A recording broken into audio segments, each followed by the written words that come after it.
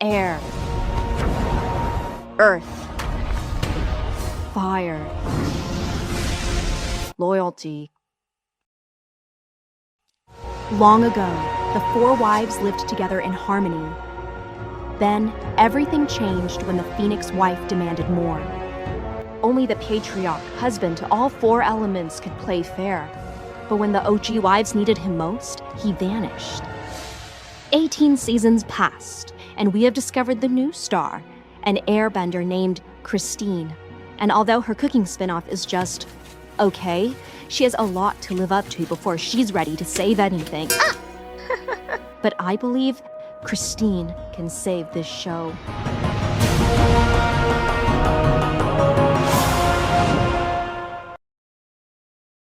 Hello, welcome back to the YouTube channel. My name is Angie, this is my wonderful husband Tim, and today we are recapping from that Filled in Ennis, Montana. It's so beautiful. I guess. They like it.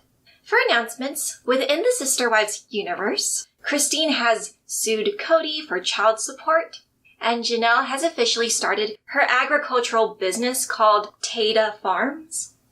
Okay, so her life coaching thing didn't pan out? I don't think anyone wanted Janelle's advice. She's sort of in a funk right now. We'll probably get more information in the next season of those two events. So let's get into it. Sister Wives, Season 19, Episode 2, Let There Be Light.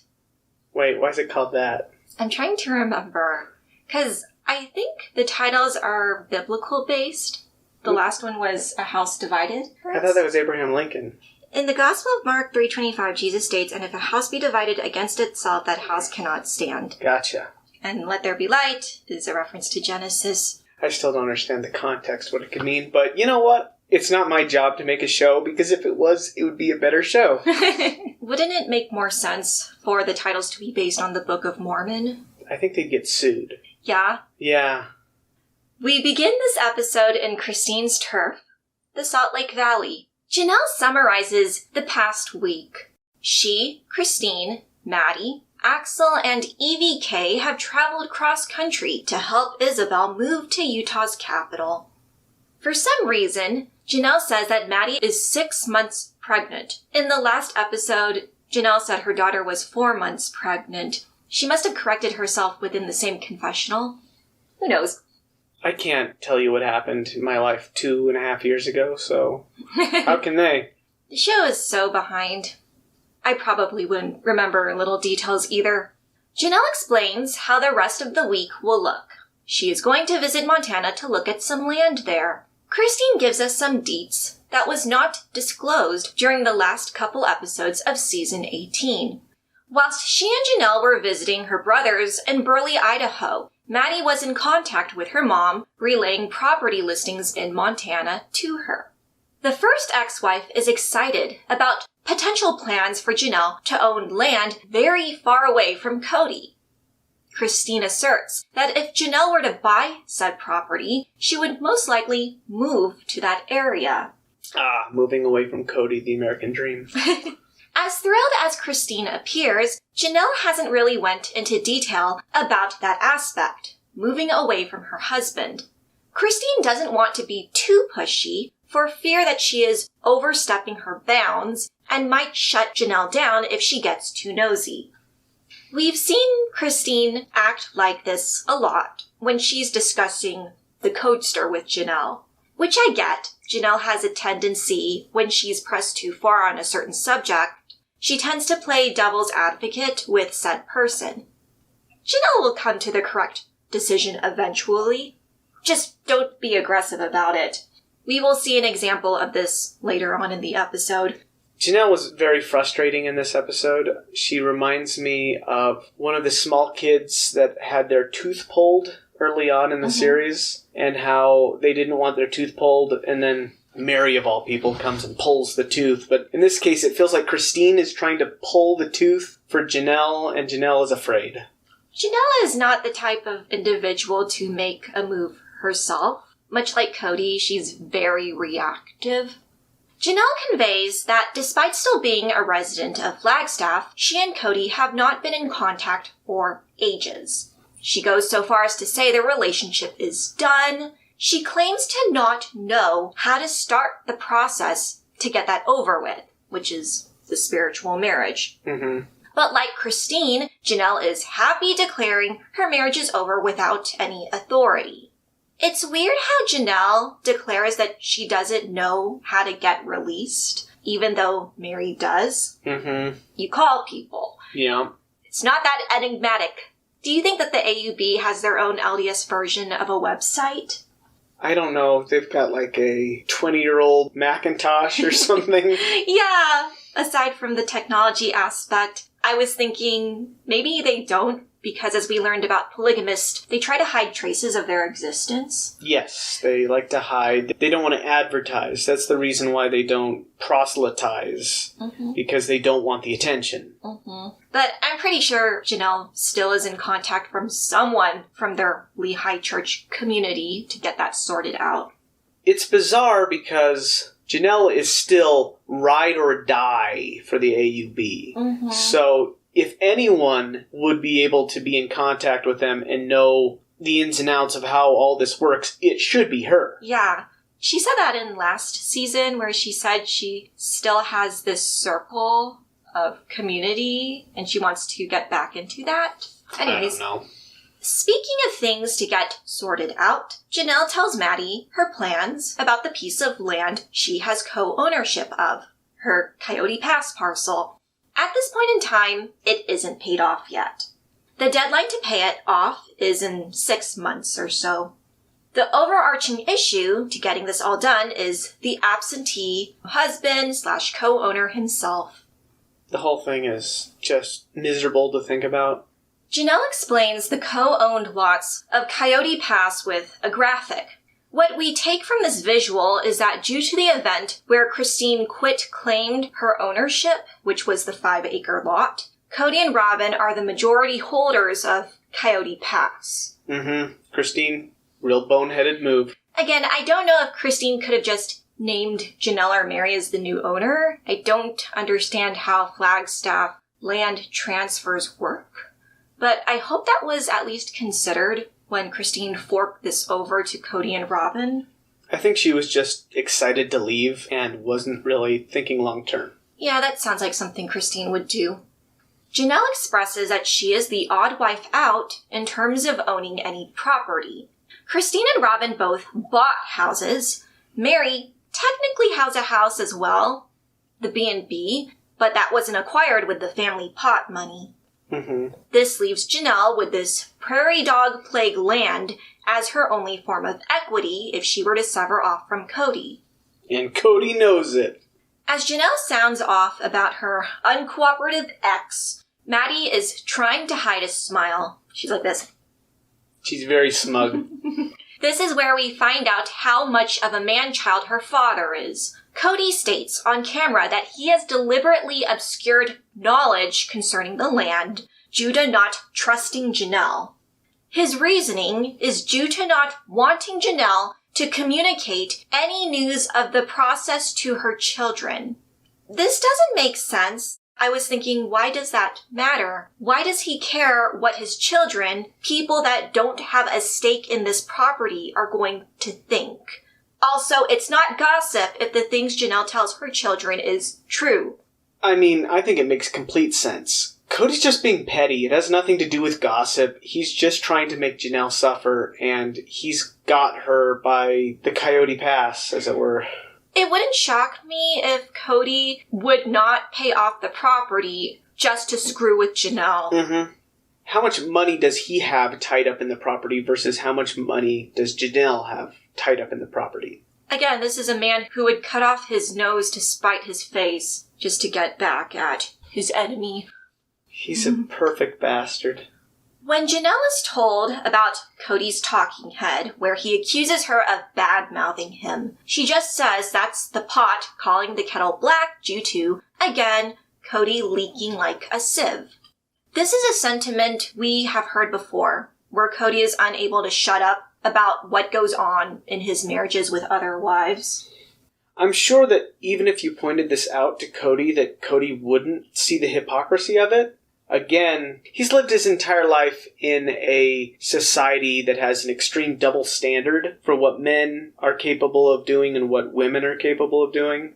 It might be bad for the wives to badmouth him, but it is in no way bad for him to badmouth them.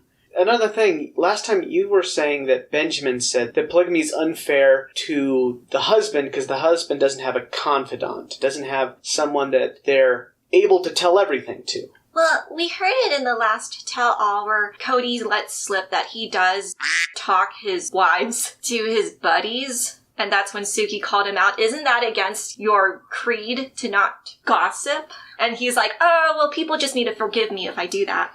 I would have a very hard time compartmentalizing that. I tell Angie everything. I tell her exactly how much I think most people are and things like that.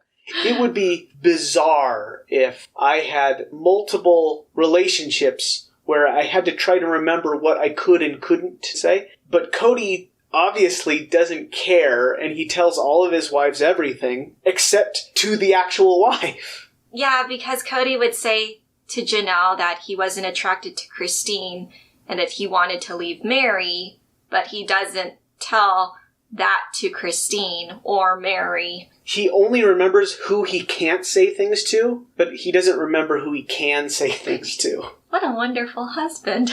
Such a good father. Janelle is exasperated at the constant postponement of getting the land paid in full. She admits that she wouldn't even want to be neighbors with Cody and Robin in the event that they would actually build something on it. Janelle used to say that she was fine with being neighbors with those two as long as there was a very tall wall. Something must have changed her mind. I mean, I guess if you don't have to see them, that's fine. But if the animosity has gotten to the point where you're just upset because they're close by, then things are getting real bad. Real bad. Real bad.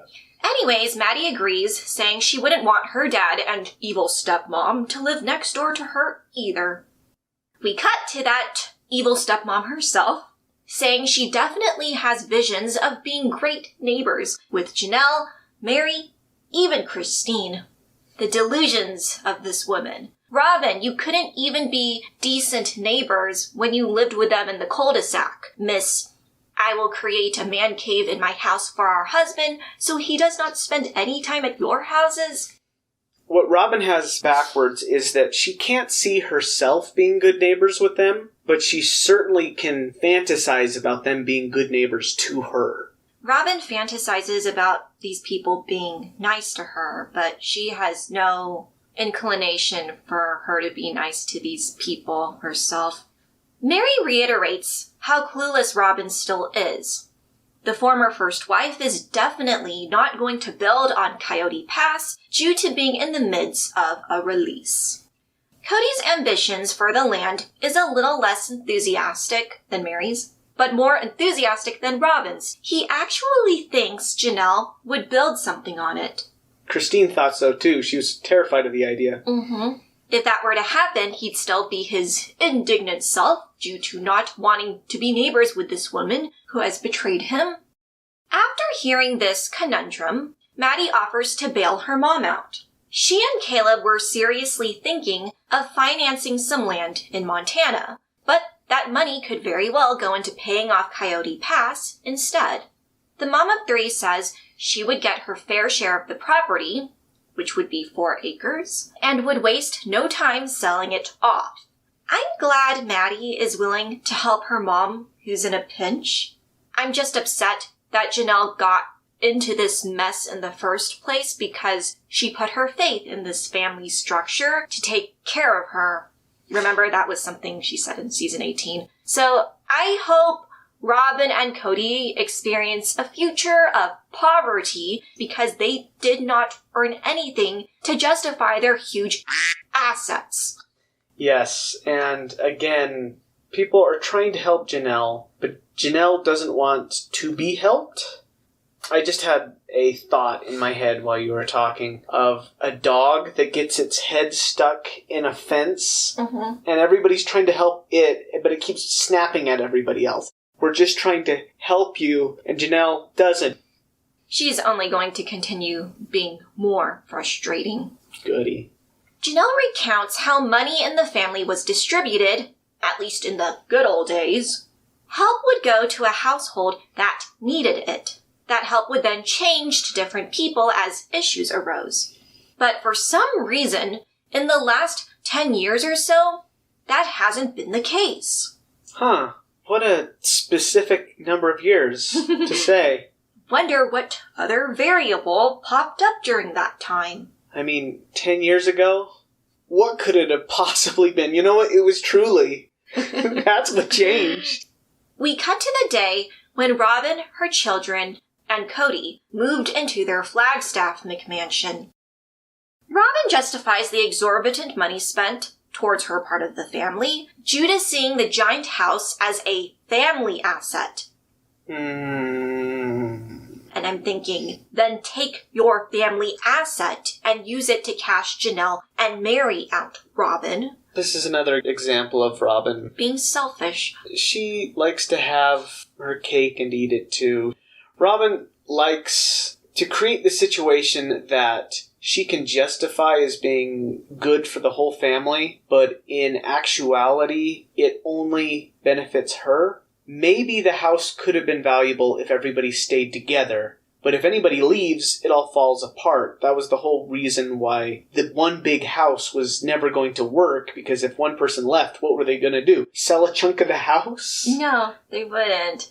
The biggie housey is sort of the McMansion, because they can't extract any equity from it, which I guess maybe they will if Janelle's lawyering up is successful. We'll get into that. A more cynical person would say that by putting all of this asset into a thing that only Robin and Cody have control over, it was supposed to try to strong-arm the other wives into remaining in the family. Well, look how that turned out. We hear more disgusting details about Robin's house. When it was purchased, Janelle implored her husband to have the mortgage in all the wives' names. He refused, due to wanting to protect his money. He wanted to protect Robin's asset. It wasn't supposed to be Robin's asset. Robin just told us it was a family asset. So which one of you is lying? Is it Robin saying that it was supposed to be a family asset, or Cody saying that it's a Robin asset and he's retroactively changing crap? They can't both be true. These two people, how do they function, these two? The infuriating talk doesn't stop there. Robin explains that Janelle will not get a penny out of her house due to it being confusing as to how the equity will be calculated. I hate this attitude that Robin and Cody have of extremes. They think that just because there is a gray area concerning the exact amount of what Janelle's equity is, their solution is to not give Janelle anything at all because it's confusing. You have the records of how much the Vegas houses sold for. I guess you can account for inflation and the fact that you split the family pot in equal fractions. There's that. It's not difficult. It's not hopeless. In the news, it did say that Janelle put Garrison's house for sale for almost $500,000, like $425,000 or something like that. Cody and Robin better not be getting any of the sale. I don't care if he is legally a benefactor. If those two get a penny of Garrison's hard work and estate, I am quitting this show because Cody does not get to benefit from neglecting his non-favored family members. He's doing that every episode. Because we are watching this. Yeah, if Cody was a better guy, then this show would have been canceled after 2 seasons. Oh, like that Brady guy? In My 5 Wives. Yeah, he's still doing just fine. Back to Robin.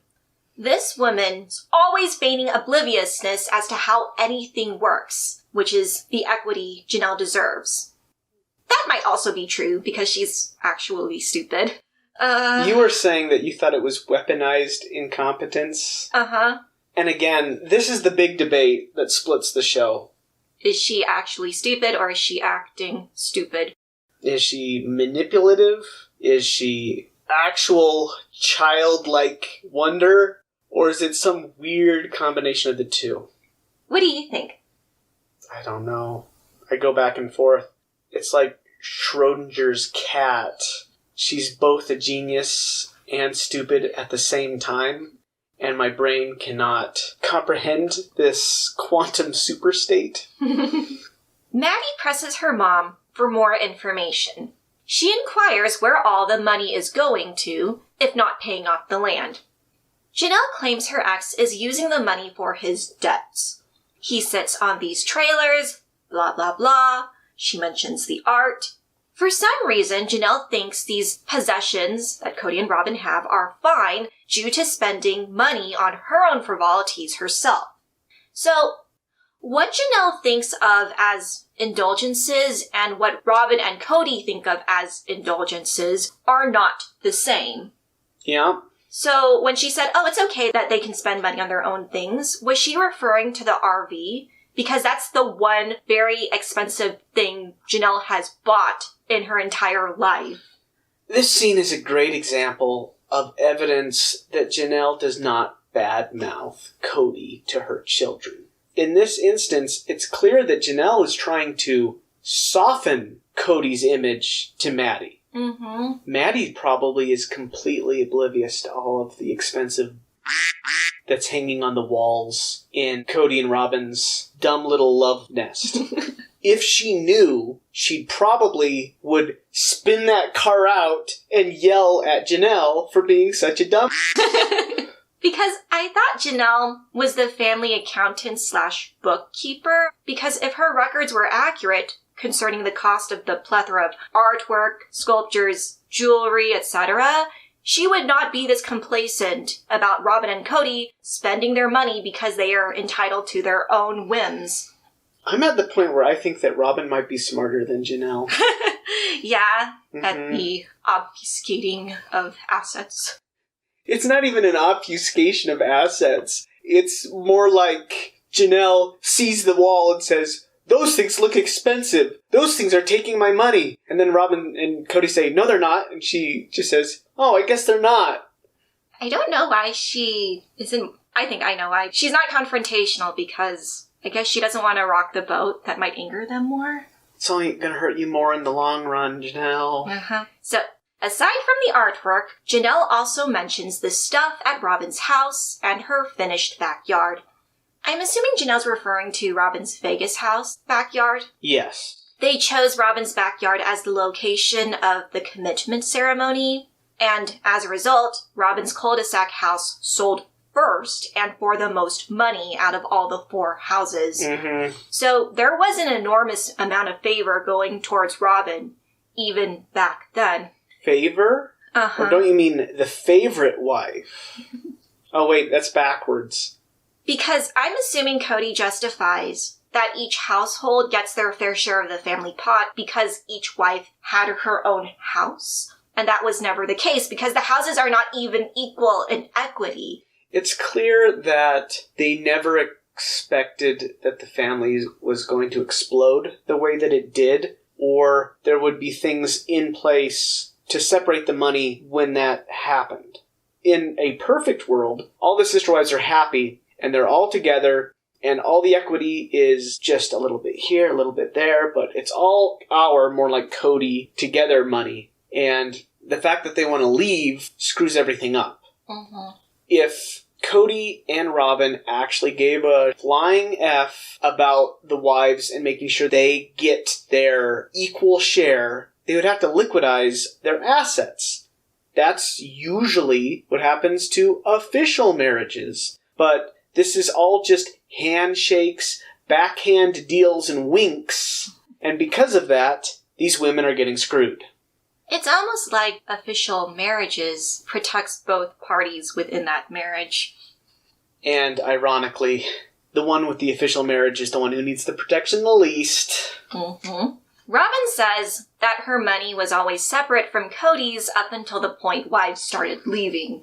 She used to be a big spender, but all of that changed when she went through her divorce. So much change. It was during that time when she learned to budget very, very well. Very, very well. It has nothing to do with an enormous influx of money. So well that her credit was still terrible when it was her turn to apply for a loan during the Vegas seasons. She just had so much learning to do. Because remember, she had a bunch of credit cards under different last names. They were her legal names, right? She wasn't creating fake I think ones. she was like Robin Mark, then Robin Sullivan, then Robin Jessup, and then Robin Brown. Sus.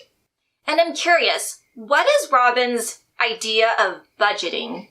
Is it not to feed your kids by saving on cereal, chips, ice cream, and, gasp, ramen? This is something I saw from the Cody Brown website, www.codybrownfamily.com. It's like a very old blog from 2012. In it, it has little profiles of the kids and a little description about them. And for Brianna, it says, I'm assuming she's 9 when this was written, that Robin doesn't even buy her favorite food, ramen noodles, unless it's her birthday. Okay. It's obviously not money, because ramen noodles are the cheapest type of food available. So it must be because either She thinks it's too much sodium? or unhealthy, at which point then it's about Robin trying to control Brianna's Diet? Oh, it's unpleasant to think about. Anyways. Make it go away. Make it go away. So, moving on. In the book, Robin would say she had frozen popsicles in her freezer so the kids wouldn't waste money on the ice cream truck. And we already know Robin didn't like the Friday night family potlucks, as we learned in last season, probably because it would require her to spend money on ingredients. So, what the flip is Robin talking about when she says she is now good at budgeting? Because not spending a few dollars on some snacks does not equate to saving thousands and thousands when you're just going to waste it all on these damn knickknacks. It makes me think of...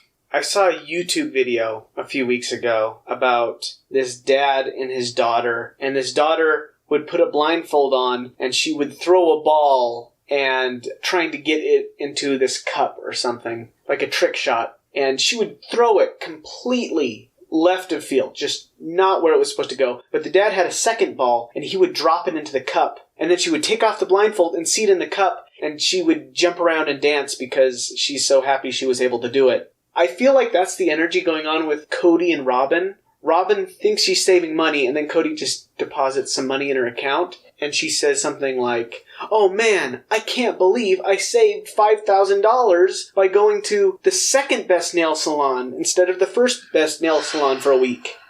The idea that Robin could budget anything is ludicrous. I mean, Cody couldn't even budget his time across 4 wives. These two are the effing worst. Back to the car ride. Maddie casually agrees with her mom. Janelle continues, saying it took a while to see the magnitude of stuff Cody and Robin were hiding. Her adult kids saw this and were angry on their mom's behalf. This is what I'm assuming Garrison and Gabriel were probably implying in the last season when they said they were trying to make it work with their dad, but that all went down the drain when they witnessed the unfair treatment of their moms. I wouldn't be surprised if one of the things that made them protest the unfair marriage was when they saw how the money was being spent within different households. Mm-hmm. The fact that the Robin house was supposed to be the money asset for everyone, but Robin got to live in it and enjoy it, even though it was ostensibly for everyone, that's nonsense. Mm-hmm. Like always, Robin puts herself on a pedestal, saying it only appears as if she's wealthier than all these other women because she's just better at prioritizing her money. My head just exploded. I can't even with this.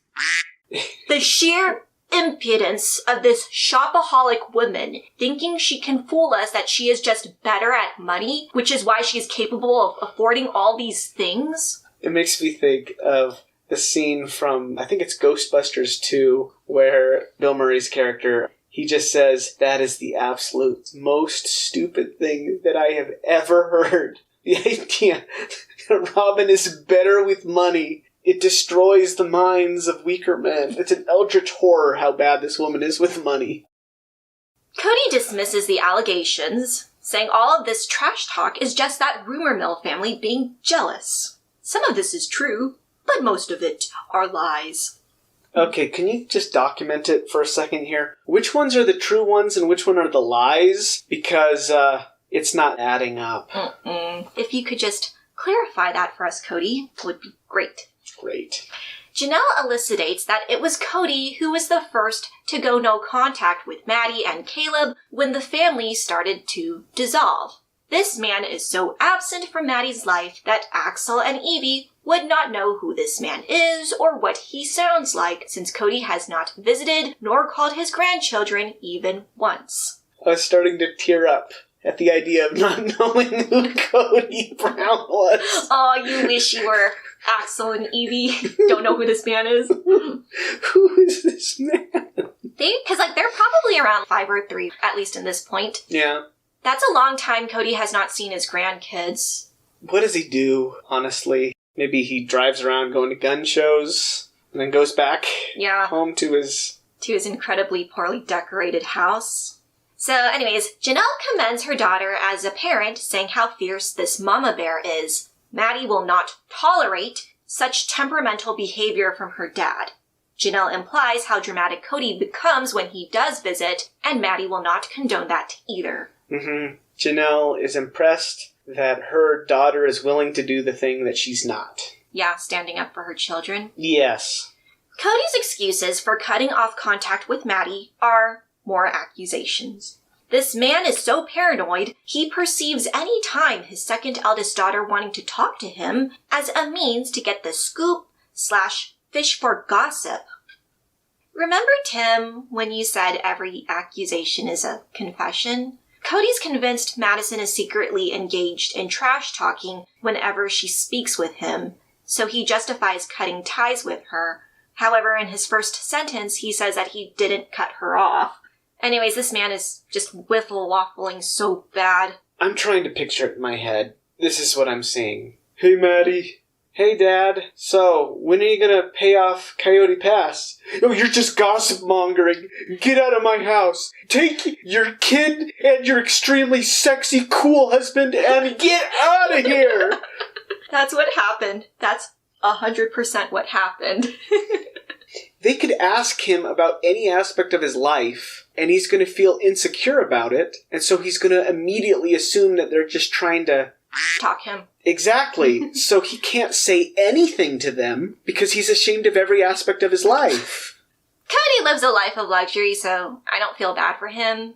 And he's only living it up because he is profiting off of the hard work of the backs of the people that watch this TV show. Yeah. He has a life of luxury, and he pays with it with his sanity. We'll see how that sanity devolves. It's slowly chipped away by the erosion of time. Like always, Robin enables Cody's absenteeism, saying this is Maddie's fault too, for not being the one to reach out to her dad. You, Robin. That's all I'll say. I said most of my grievances in the last recap. Because Maddie has always reached out to Cody. Hell, she even moved her family to Las Vegas after she had Axel. She has done enough. And also, that's the parents' job to maintain the relationship. I mean, if Cody wants a relationship with his children, maybe he should try to be a person worth having a relationship with. He is not entitled to Cody just fundamentally doesn't understand what it means to be in a relationship. Maddie, the kiddos, and Janelle arrive to their destination, a grassy field in Ennis, Montana. They meet up with Tony Boken, their real estate broker. Silver linings of owning property in Ennis is that it is only a 5-hour drive from Christine and her part of the family, and the fact that it is also a ways away from Cody, Robin, and Meri. Again, ideal position. As Maddie and Janelle fawn over the scenery, Janelle is starting to really envision what teepee life could be like. I'm joking, that's a reference to their book. But I mean, that's what I was thinking the entire scene. The year-round creek, the nearby lake, the size of the acreage, and the fact this property is in the middle of nowhere is definitely checking off all of Janelle's boxes. I mean, human contact? No, thank you. I was thinking, she said it's like a 40-minute drive into town. That has 1,000 people. So if you want to go into town and back, that's 80 minutes. That's insane. I mean, yeah. Janelle, she doesn't need a lot. She doesn't even need running water or electricity. She just wants people to leave her the F alone.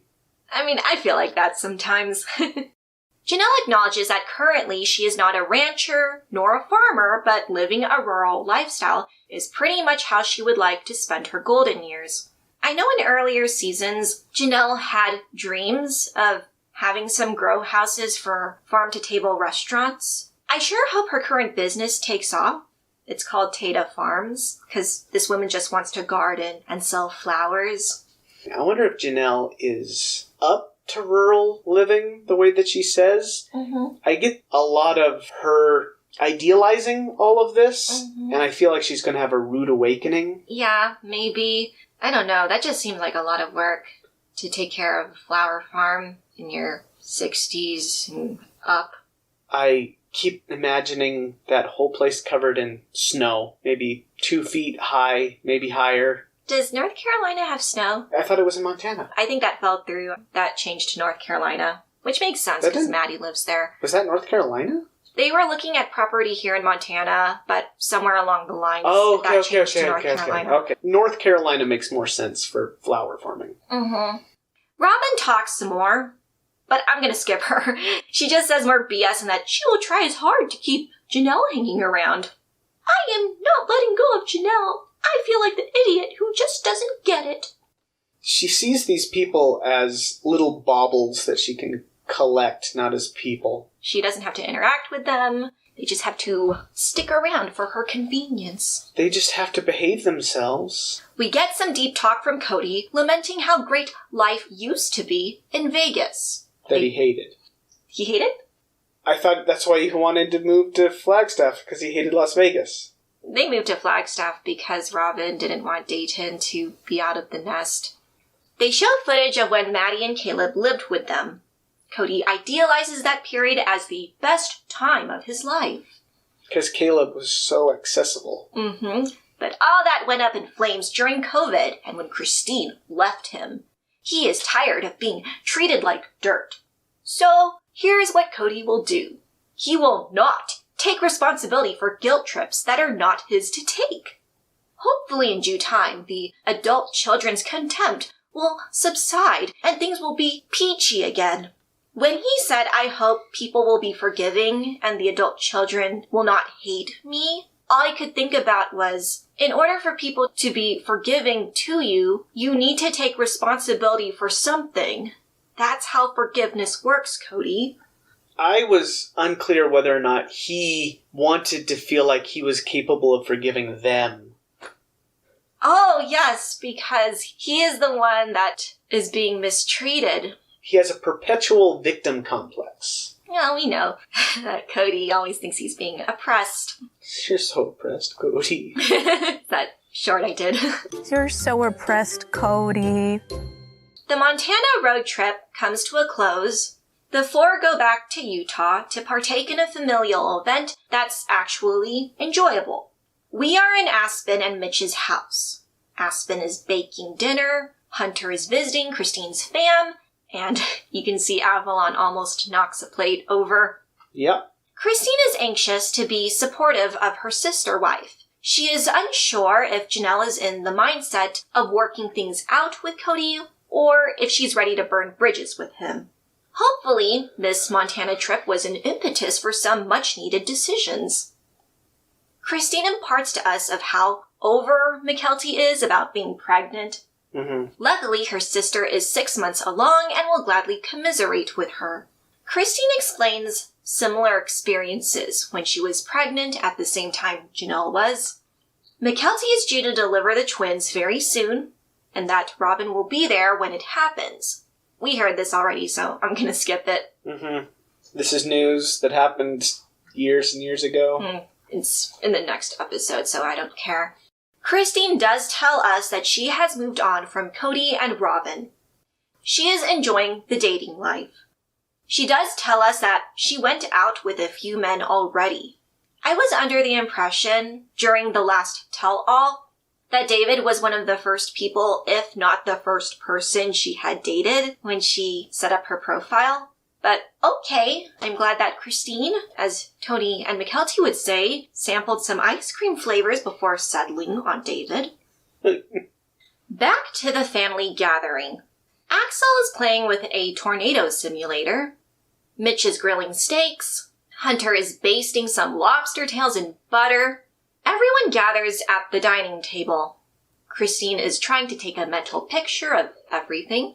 She is happy to still lead a fulfilling and rich life despite leaving her husband. Peyton then makes his appearance, fashionably late. The 24-year-old briefs his family on his current employment status. He was able to get a job at a bar/men's club. Aspen jokes if that job is a stripper. It's not. It would be a funnier story if it was. He is a bouncer for this establishment.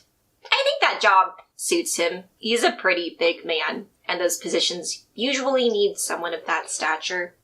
I remember he posted on his Instagram pictures of coworkers putting on a car wash for Father's Day. The coworkers must have been the women at this gentleman's club.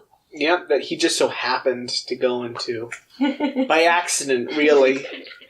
He thought it was a post office. He was trying to send off a letter, and the women's clothes just came off. I'm not sure if Peyton was seriously trying to convince us that he just went in there for the purpose that it existed, or not. Anyway, we already knew what his job was, but it was interesting to see Christine feel uncomfortable about it. She doesn't want to comment on it, implying she thinks Peyton's new employers are trashy. She goes, "This is not the Utah I ever envisioned my kids to live in." But this goes to show you they are adults and will live their own lives. Yes, this is what she was afraid that Las Vegas was going to be, but turns out, no, we have that stuff here. Christine is still kind of sheltered about the world around her, I guess. We fast forward a bit. This time, Christine is visiting Janelle in her Flagstaff apartment. She compliments her autumn wreath, and they sit down to chat about how the Montana reconnaissance trip went. Janelle says that it went over very well. The trip affirmed how much she longs for the homestead life. In pursuit of this goal, she needs to figure out what to do here in Arizona. She is thinking of having Cody and Robin buy her part of the land so she can leave. The outdoor-loving woman says that Cody was the exact opposite of her. Despite growing up on a ranch himself, Cody resisted his rural upbringing and preferred the fancy cars and big cities. Mostly because Cody was working really hard on the ranch, and he didn't like it. This was sort of hinted at that Cody didn't enjoy being a rancher in previous episodes. I remember in the episode dedicated to Grandpa Wynn and Curtis's passing, Cody would say that his late brother was the crown prince when it came to being a cowboy. His father favored Curtis because Curtis was so good at being a rancher, and Cody sort of implied his father was dissatisfied with Cody because he preferred the accolades of sports. I can picture Cody being shunned for his desire to have well-coiffed hair and to wear tight-fitting unitards. Or to wear earrings. Yes, earrings. That story. I don't think Cody enjoyed any aspect of the rural life, and from other sources concerning what that ended up being like, Cody's very lucky to probably have gotten out. I'm surprised he stayed in Wyoming for as long as he did. So when Janelle said Cody didn't like being a farmer, I was taken aback, but then I thought, yeah, I can see it. He got sick of that life. I think that this is an example of maybe Janelle and Cody really not knowing what each other wanted in life when they first got married. She probably thought Cody was this hot cowboy, and Cody wanted to be anything but a cowboy. We'll get more into some post-wedding revelations later on in the episode. Janelle says Cody is forcing her to lawyer up due to being so obstructive about plans to pay off the land. She is feeling discouraged about taking legal action due to not being a legal wife and therefore has no claim to Cody's assets. I'd be worried too. I don't think Arizona recognizes common law marriages. I don't think it's a wedding thing. I think it's more of a shared financial investment thing. She's got to have some sort of legal ground to stand on. I mean, she might be an exception due to being filmed for almost a decade and a half. That might provide some substantiation that Janelle is entitled to something. She should probably talk to a lawyer before she starts making guesses. Mm-hmm. We then get to the question Christine was dying to ask from the onset of the visit. Is your marriage to Cody over? This time, Janelle confirms it. Cody might think otherwise, considering he hasn't spoken to Janelle in a long time. Any business conversations are done solely through text. Christine pleads Janelle to just get that over with, have that breakup conversation, and move on. Cody is delaying that possibility due to postponing any event he and Janelle could talk about the land. This is the point in the conversation where Janelle is withdrawing and starts to side against her best interest. She claims that Christine is grilling her and is forcing Janelle to have a breakup that looks just like hers. This is an attribute I don't like about Janelle. I said this in the beginning of the recap. When Janelle thinks she's being attacked, she starts to detach. In season 18, Janelle was on that road trip with Christine. She outright told Christine that Cody hasn't talked to Savannah in months. She likes having a book to read and turning the lights out when she wants, having the dogs in her bed since Cody hated that. She doesn't want him back. She considers herself separate. And Christine, who was still being very careful back then, replied, I like the single life. I like it a lot. It's okay out here, Janelle. And that's when Janelle responded, I'm not looking for that. I don't get the whole swiping right thing. I don't even look at guys. I feel for Christine because I wouldn't know how to respond to Janelle. Mm-hmm. Because in this episode, episode 2, Janelle is saying the same sentiments. That Cody hasn't called her, he obfuscates details about the land payments, he doesn't consider her children his children, they're just the rumor mill, they text once in a while, and Christine says what anyone else would say to this. She goes, you need to have that conversation.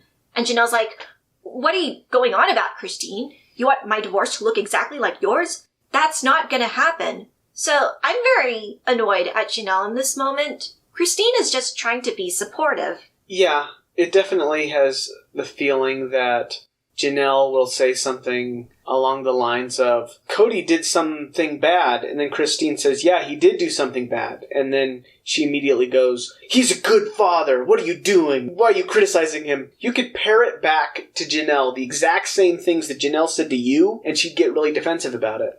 It reminded me of that SpongeBob meme where, I forgot what villain it was, he was talking to Patrick, who dropped his wallet on the ground, and then the bad guy's like, is this your ID? Is this your name? Is this your address or something? And Patrick goes, yes, yes, yes. And then the guy goes, so is this your wallet? And Patrick's like, that's not my wallet. It's not my wallet. And it's kind of the same thing where Christine's like, so you haven't seen him in months. He never contacts you. He willfully hides details about the land from you. He doesn't call your children. You don't ever think about him. So are you divorced? And Janelle's like, I'm not divorced.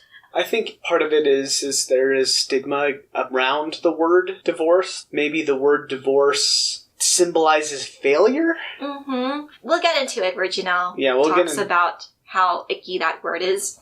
At any rate, Janelle doesn't feel the need to wait on some kind of conversation from Cody. Once Cody and Robin buy her out, she will leave and most likely will never interact with these two again. Cody corroborates Janelle's approach to breaking up. He describes her separation from him as more of a gradual fading away. Reminded me of that Garfunkel and Oates song. Because there's no right thing to do. Then there's what I'm gonna do. There's so much I should say, but instead, I do the fade away. Fade away. Do the fade away. Okay. Meri then gives us a really funny and accurate view of the situation. Cody complains that Janelle was not communicative about their separation, yet he wants Meri to fade away from his life quietly. Basically, Cody is complaining that Janelle is treating him the same way he treats Meri. Mm-hmm. Meri chuckles, going, karma's a... I thought that was a very humorous side note. Meri's bringing the sass. Mm-hmm. Janelle gives more insights into her beliefs in plural marriage. She still believes that her covenants are intact. Despite not living with Cody, she is definitely going to be on his planet in the afterlife. I wonder if Cody's agreed to this. Oh, she didn't say those exact words, that's what I supposed. She just says, my marriage vows still have validity, even if I don't physically live with Cody. Janelle is still deep in the Kool-Aid. Unluckily for Janelle, that celestial planet might not be promised to her. Cody describes the polygamist lifestyle as his former faith, whose BS he's not interested in. But he'd rather not disparage his former church / go into detail as to why he thinks it's BS. He goes on to say that the wives and he are in different levels of beliefs. This was very interesting because we are getting the question of, are your rewards in heaven bound by your current thought processes? So this is what I mean by that. I'm going to put my own perspective into this. Tim and I were raised Mormon. We got married in an LDS temple. We went through a sealing ceremony. As of last year, he and I have been attending a different church. We didn't rescind our records from the LDS church. We just quietly left. I don't expect to, when I die, go to Mormon heaven just because I made the Mormon covenants on earth. Will polygamists or ex-polygamists still get their planet if they don't believe in the actual religion anymore? That's a question Janelle is going to have to ask herself, because if that's the case, her vision of the afterlife is in jeopardy if Cody, the conduit to that, doesn't believe in it. From my understanding, it's the men who go to heaven, and anyone he is sealed to can ride on his celestial coattails. Yes. Cody doesn't believe in this BS anymore, so by their church's standards, he does not qualify to get into their version of the celestial kingdom. At least that's what I was taught in Mormonism. I was taught you need to have a testimony until the very end, you need to keep paying your tithing until the very end, you need to be temple worthy until the very end. Yeah, what's strange about all of this is that Janelle thinks she's going to get to heaven on a technicality? No, that's not how it works, Janelle. It sounds like she wants to get to heaven. She believes she needs to be married to a polygamist man in order to get into heaven, and she is married to one, and she just doesn't want to have to do it all over again. I don't really think Janelle has thought all of this out. Janelle continues saying she wouldn't have married Cody if patriarchy was part of their agreement. Not to side against Janelle again, but as we said in the last recap, their faith system, polygamy, is by definition a patriarchy. The only relations that are important is a woman to a man, the priesthood holder. A woman is connected to man, and the man is connected to God. Without the man, the woman is lost for all eternity. Those are my thoughts. So Cody just says he never was intending to instill some patriarchal order. He was just saying that out of grief and frustration. I don't believe that. No one just ever took him seriously when he announced it.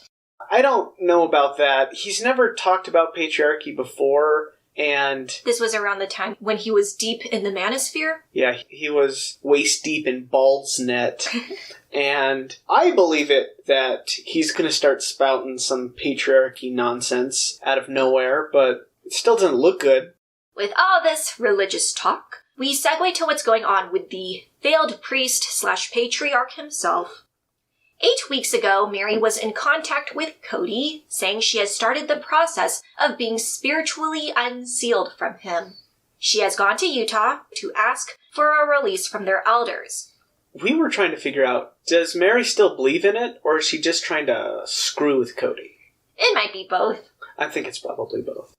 Her rationale is due to Cody, season after season, outright telling her that he doesn't want to have anything that resembles a marriage to her. It's not clear enough. She says, why would I want to be sealed for time and all eternity to someone like that? She asks herself. That's the question.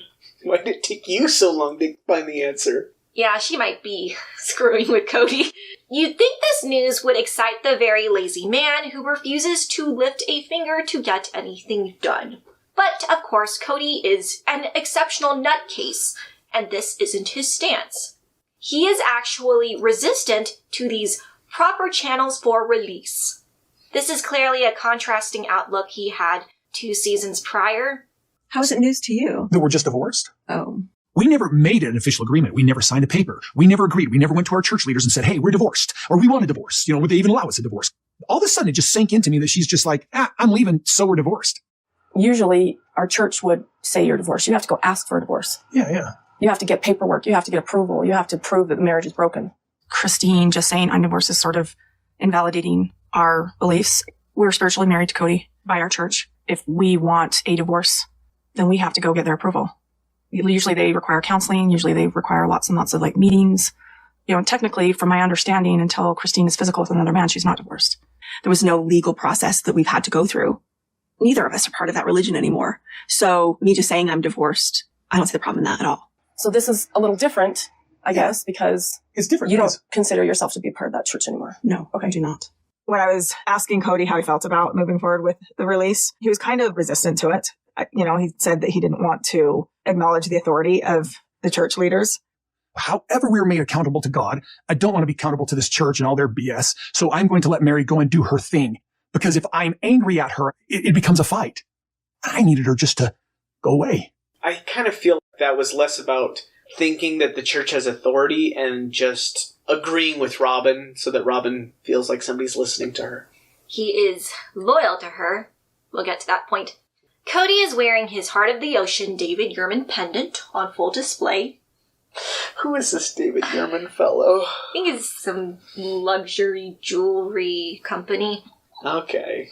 He tells the camera about his journey into the AUB. Cody was a young, naive, 22-year-old man who lacked wisdom. From the get-go, he starts pointing his finger at Meri, saying he didn't know what he was getting into.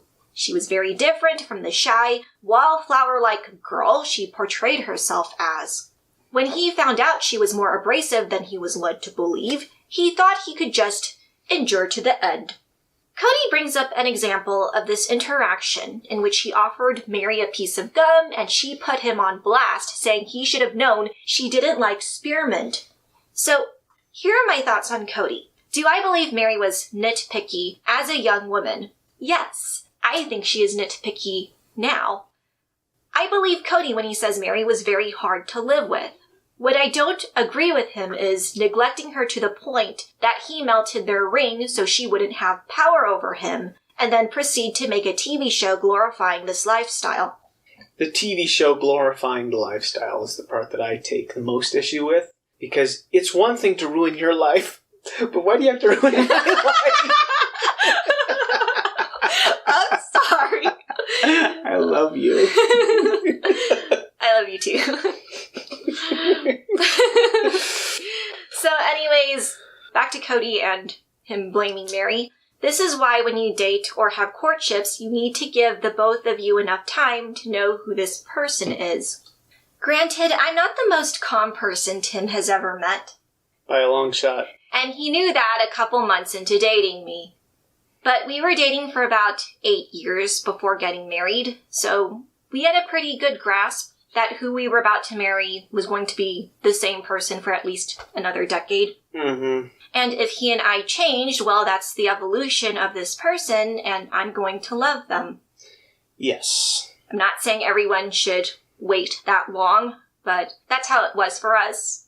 We both attended a Mormon young adult singles ward, and the trend is, like in Cody's story, is that they marry each other within 3 months of having met them. Yeah, most of the time they don't even know each other's middle names until the first child is born. So, Cody is still speaking from his 22-year-old self. He is absolving culpability because he keeps saying he married the wrong person. What I'm getting at from Cody's rant is that Mormonism screwed him over because he's trying to say, well, we were forced to marry so quick and without any information. Unpopular take here, I agree with Cody 100%. Just growing up in Mormonism, when it comes to relationships, this is all they have to say about it. Number 1, don't be gay. Number 2, don't have sex. 3, find a person and marry them as soon as possible to minimize the chances of having premarital sex with them. 4, have babies as soon as possible and as many as possible. And then 5, die or endure to the end. Mm-hmm. Those are the commandments regarding marriage and relationships. And so for these young, impressionable kids, because they are kids, they are so worried about being perfect. They're so worried about meeting all of these goals that they do get married to people that they don't know. So I'm not surprised that Meri was a very different person before marriage compared to after marriage. Mm-hmm. And this is probably true to a certain extent with Janelle and with Christine as well. And in Mormonism, divorce is failure. So failure and divorce need to be avoided at all costs. And so here's Cody looking at the list. Well, I didn't have premarital sex, and I married a woman that I've only known for a dozen weeks, and I had a bunch of kids. Well, maybe not with her, but what am I supposed to do now? And it says you're just supposed to wait until you die. And it turns out that she's kind of a handful, to say the least, and his only recourse is to put up with it until death. So, in Cody's talking head, he talks about the concept of dilution again, specifically the dilution of anger and stress. Every subsequent wife diluted the underlying tension anyone faced with Meri. This is the one time Cody gives Christine any kudos. I think that Christine was probably the most... Chipper? I was going to say she's the most sane before marriage as after marriage, but frankly, I think she might be the second best before marriage and after marriage, because I think the one woman that didn't change at all before marriage and after marriage was probably Robin, and I think that's why Cody likes her the best. She's exactly who she said she was going to be, and she's still that woman. I can see why Cody resents the other wives. I mean, Christine says it in the book. Cody was not the fun life of the party guy that he purported to be when they were around all their friends. He became sort of more distant and introverted. So it goes both ways, Cody. Angie knew I was great, and that hasn't changed. And Angie's pretty awesome herself. Not a huge change there, but to these young people, yeah, they just married strangers. Mm-hmm. Cody then repeats his stance that men in their sect of fundamentalist Mormonism can't request a divorce. As desperately as he was to get one from Meri, he felt pressured not to, instead hoping that their marriage could be repaired in other ways. This is where my BS meter started going off. Mm-hmm. Cody claims that he was serious when he proposed to Meri a new beginning when they moved to Arizona. He turns the finger on her, saying during those encounters she wasn't trying to be fun, interesting, or kind. He was the one putting in the curiosity, and she was just being obstinate and boring. I don't agree with this. Meri always seemed super desperate to see if her marriage could progress. It's hard to believe Cody when he says that Meri turned down any opportunities of reconciliation. I remember in one of the COVID episodes, Meri was like, "Ladies, if you're having trouble with him, just send him over to my house, please." Or when Cody joked about wanting to buy a room from Lizzie's, she said the trade-off for some steak in her B&B is not something he's open to, which was intimacy. Prostitution. She was really begging for Cody to do anything with her, so I don't believe Cody when he purports that Meri squandered all these prospects. I think that they were dealt a bad hand in the beginning, but Cody didn't handle it all too gracefully. That's for sure. Mm-hmm. Cody then says something confusing. He feels bad that Meri feels abandoned, but at least he didn't kick himself out. He tells us Meri, Janelle, and Christine all told him at some point to leave their house. He's not trying to play the victim, but that's just how it was. This is perplexing because he's saying all the OG wives are terrible for kicking him out. But he's forgetting that Robin did that too. But I didn't kick me out. Christine, Janelle, and Meri all chose to have me leave the home. Robin has always been a loyal wife. She's always been loyal to her sister wives, and she has always been loyal to me. The one thing that Robin brought to this family was loyalty. And so my loyalty is to Robin. I've done this, Janelle's tried kicking me out, and Robin's tried kicking me out. like Meri did it all the time. That's a game. To me, that's a game. I don't want to play that game. I'm not going to play that game. He's trying to paint Robin as the paragon wife in this episode. Then he goes on to use his exes to elevate Robin, saying she never kicked him out. But he confessed 2 seasons ago that Robin did that at some point. Right now, since that narrative doesn't suit him, he's now saying Robin was always loyal, so his loyalty is to her. I hate this man. It's hard to remain objective about how things go when you're talking about people that you hate versus somebody you love. Mm-hmm. You might ignore things that somebody you love does as opposed to these wives. Mm-hmm. These betrayers. Back to Christine and Janelle's conversation. We get some mundane, slice-of-life small talk of what Janelle's plans are this Thanksgiving. She is spending it at Logan and Michelle's in Vegas. This is convenient considering Hunter lives there now. She is looking forward to spending her holidays with the majority of her children. Maddie and Caleb are unable to make it there this year. More predictable antics from Cody. He doesn't care at all what his non-Robin children are doing for the holidays. Mr. I'm pissed everyone is excluding me from everything, yet I don't seem to be the least bit curious as to what is happening in the first place. I don't like it when he's taking his frustrations out on the children. That's even more upsetting. Again, I think he has some reasons to be upset with these women, but the kids, they didn't join your family voluntarily. The kids didn't lie about who they were and then pulled off a mask and said, I hate spearmint. No, they're just kids and they desperately need their father. Yeah. Speaking of the children, Janelle says she doesn't want to be labeled as a divorcee, rather as someone who is just no longer with the father of her children. She's being overly pedantic. Throughout this episode, Janelle is purposely trying to be as ambiguous as possible. Mm-hmm. She's trying to have her cake and eat it in terms of her marriage to Cody. She's very happy that she's independent, yet she still wants her spiritual covenant to be legit enough to get the afterlife she wants. Yes. We were trying to figure this out with Janelle. We were wondering whether or not it's an identity thing. She says that she doesn't like the word divorced, but she was divorced from her first husband. She's already a divorcee. In her culture, divorce is just another word for failure.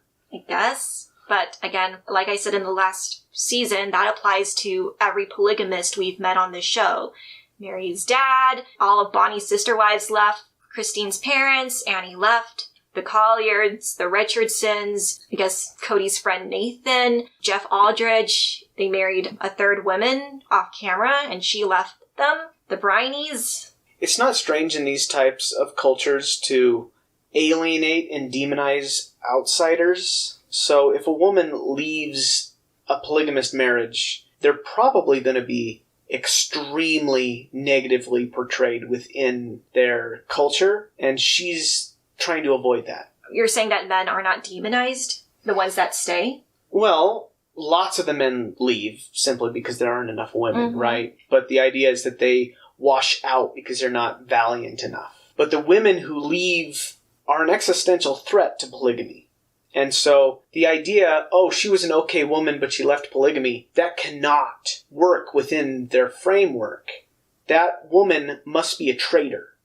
And sounds a lot like Cody. Well, yes. He's like, I vetted this woman hard before she came into the family. So if she leaves the man, her magnanimous husband, she must be a bad woman. Well, exactly. That's what their culture, that's what their religion teaches. Because think of the alternative. If she's a good woman and she just left polygamy because it wasn't working out for her, that just tells a generation of little 14-year-olds that polygamy might not work for them. And that cannot happen for their whole lifestyle to function. Yeah, it would make sense that Janelle, who does want to stay within the AUB, would want to avoid that word entirely. Mm-hmm. Cody's stance on Janelle's aversion to this word, divorce, is because she doesn't want to drive to Utah and go through the same hoops that Meri is going through. I think it's that she doesn't want to try to find another man to marry. Cody then describes a very true attribute of his former second wife. She just wants to sweep it under the rug and walk away. Yeah, she just wants it to fade away. Oh, I was thinking she would just buy another rug and put it over it rather than sweeping it under the already existing rug. Oh, boy. Why? Because sweeping it is still too much work. It's just too much effort. We hear a line that definitely didn't age well. Even through this separation, Janelle has hope that her ex will have a connection to their children, even if the two of them never interact. Yeah, we see how well that worked out. Christine says that she held that sentiment in the past of her and Cody eventually growing into a peaceful place. I don't think it's possible within their cultural framework. Why? The whole demonization of people who don't make it work. But Christine and Cody are both in the same place. They refer to their religion as their former faith. I think that they've left it, but I don't think they've completely deconstructed it. Ah, okay. There are still elements of their faith that inform their worldview and how they behave that they have yet to completely address. What's the phrase? You can take the cat out of the city. But you can't take the city out of the cat. Yeah. They mentioned that Logan and Michelle's wedding is imminent. They are excited to have the family be in one place again. The last time that happened was a year and a half ago during Isabel's graduation party at Christine's Flagstaff house. And I will say, not everyone was there last time. Mm-hmm. But this time, at this wedding, everyone minus McKelty and her part of the family will be in attendance, because McKelty is about to go into labor. Mm-hmm. Logan is really the true common denominator of the family because literally everyone likes him. Both family members and the fandom. Yes. Christine expounds on possible awkward encounters due to meeting Robin and her part of the family at the celebration. She brings up the Christmas text thread that occurred almost a year ago. Robin claims that this boundary she and her kids set up was never supposed to be permanent. That's not the impression I got last season. It was implied by Robin that until she felt she was respected as a mother, she, her children, and Cody wouldn't partake in any family functions. She would say things like, I just realized that nothing I would ever say or do at this point, they're going to ever see with the right intention that I mean it. They're never going to see me as anything other than a bad guy. You know, my 3 older kids, when I told them that we were going to be separate for Thanksgiving again, they dealt with feelings of rejection. They dealt with feelings of hurt and heartbreak. The question was asked, why don't they care? And they've dealt with that heartbreak before. So just reminding them that it's not necessarily personal. Apologizing to them for being the innocent parties in this. When I was getting all this pushback, I just finally went, why am I trying here? And I was like, fine, I'm out. You know, this is an effort in futility. It was a horrible day. I think Robin jumped to conclusions too fast. It's just another example of them not wanting to be a family with us. It's been like this from the beginning. By the time the whole thing was over with, my older kids, Dayton and Brianna, did not feel comfortable being involved in the gift exchange anymore. My kids and I think it's heartbreaking and stupid because we don't understand. And here it is, just another reaffirmation of everything, all the messages we're getting, that we're the outsiders and we're on the other side. We're not. We refuse to be. We don't know what else to do. So my older kids all said, you know, this was emotionally unsafe. We just need to kind of step back. We just need to put down a boundary here. But it was never anything about, we don't want to see you again. We don't want anything to do with you. It was just about like, hey, this got yucky. They will never do this. They will never see me as anything but. This is an effort in futility. We were voted out of the family. In this episode, Robin is saying all of these accusations directed toward the OG family wasn't meant to be an ultimatum. Is it me, but did her allegations about the adult children sound extremely final? Not an incident to which her children and her would take a step back from? They're not that different than the things she was saying about the kids when they were 12 years old. They don't love her, and they don't respect her, and they don't like her kids. It's so disconcerting to watch for Robin to be squalling at the camera about the repercussions of the text thread and then take that back 1 season later. She does squawk, doesn't she? We get a confessional on the couch from Aurora and Brianna parroting the same viewpoints as their mom, saying they were ostracized from the family and they were never seen as actual sisters. Again, from my impression of watching this show and interviews of the OG adult children, they state that they did see Robin's kids as their siblings. She was like texting us. They were complaining about trauma and like how we don't respect her as a mother and all of this weird stuff, because I've always considered them my siblings, and I still do, and I could still consider her a mom. Do you see it changing? Do you see it changing, like things happening to change it so you would? No, I see it getting worse progressively. And so Robin said to us that because of, like, we weren't respecting us, she was like, we're not going to participate in Christmas with you. So Dayton's pretty cool then. Oh, love Dayton. Dayton's wonderful. Dayton is absolutely wonderful. That I don't have, per se, any problems with Brianna or Solomon or Ariella. If they were in trouble, I would absolutely help them. I would absolutely save them in any way I could. Of course, they are my siblings. I love the other three, but Dayton and Aurora are just genuinely wonderful people. Brianna adds that the adults did a poor job of trying to integrate them into the larger picture. Well, I do agree that's probably right. Robin? The adult that did a poor job was Robin. I feel like if they had said anything to go against Cody and Robin's narrative, their lives would have been made hell at home. I don't think they really had an option to tell the truth. It's hard to believe anything Robin's kids say in the interviews because they're coached so bad. I don't even know if it's coached. They're not given any other options. Christine voices that there were real efforts to involve Robin's part of the family in whatever functions they could, which was all of them. The former third wife even says she had an open door policy with all the children in order to be as welcoming as possible.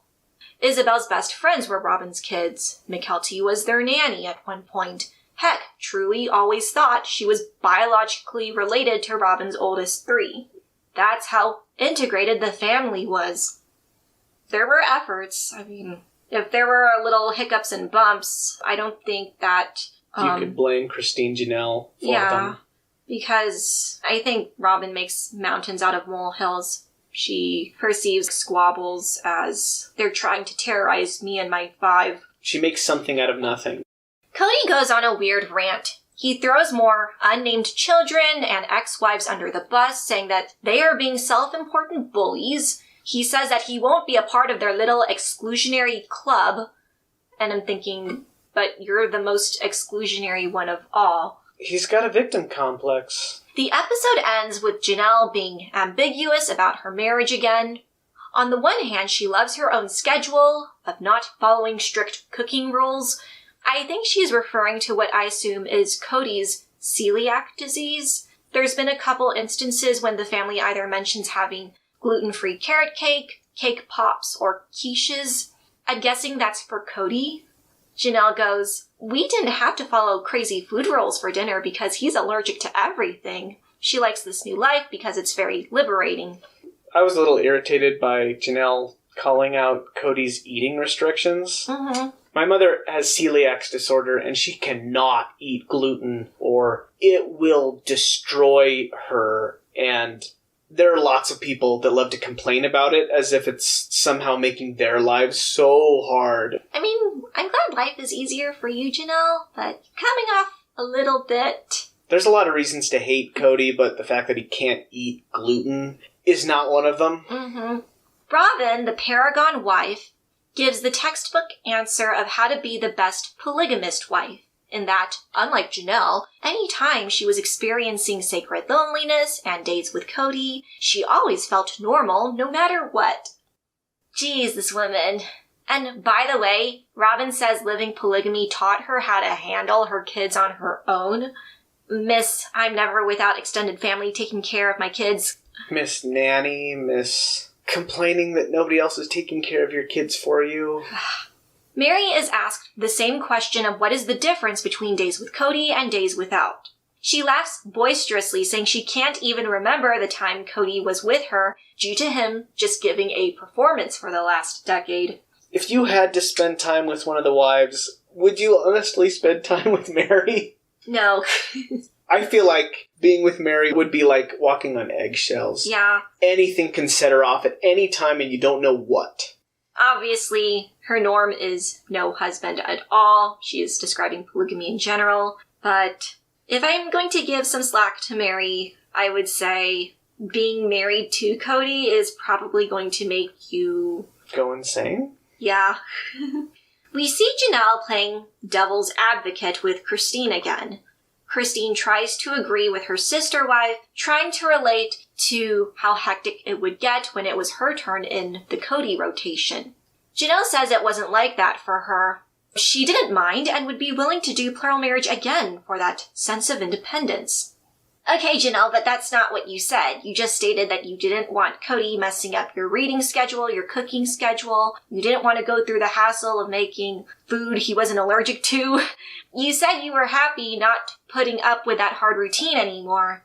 And now when Christine is trying to relate to you, you tell her, I didn't really mind. I would do it again. 5 out of 5.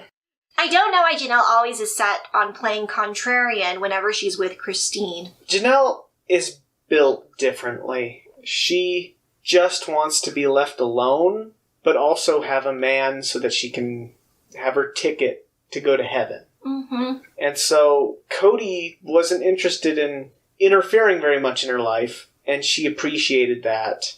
I guess later on he would associate that behavior with how much he hates Christine, and she was caught in the crossfire because of it. I think that to Janelle, life was perfect.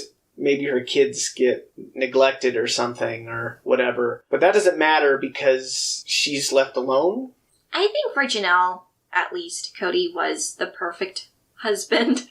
I think that Cody it up with Janelle. Mm-hmm. She takes zero effort to be happy. All you have to do is not antagonize her. Exactly. All you have to do is let Janelle.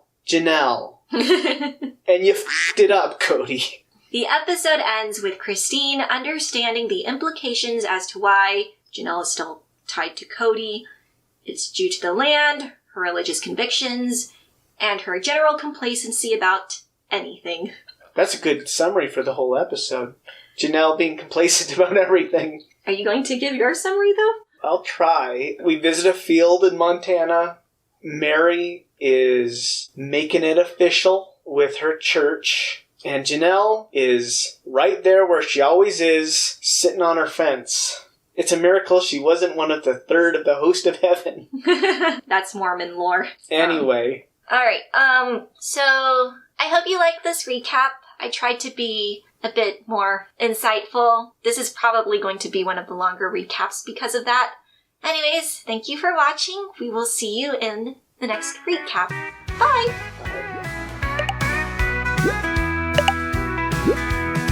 Well, Cody's down to one wife, and he's feeling kind of blue.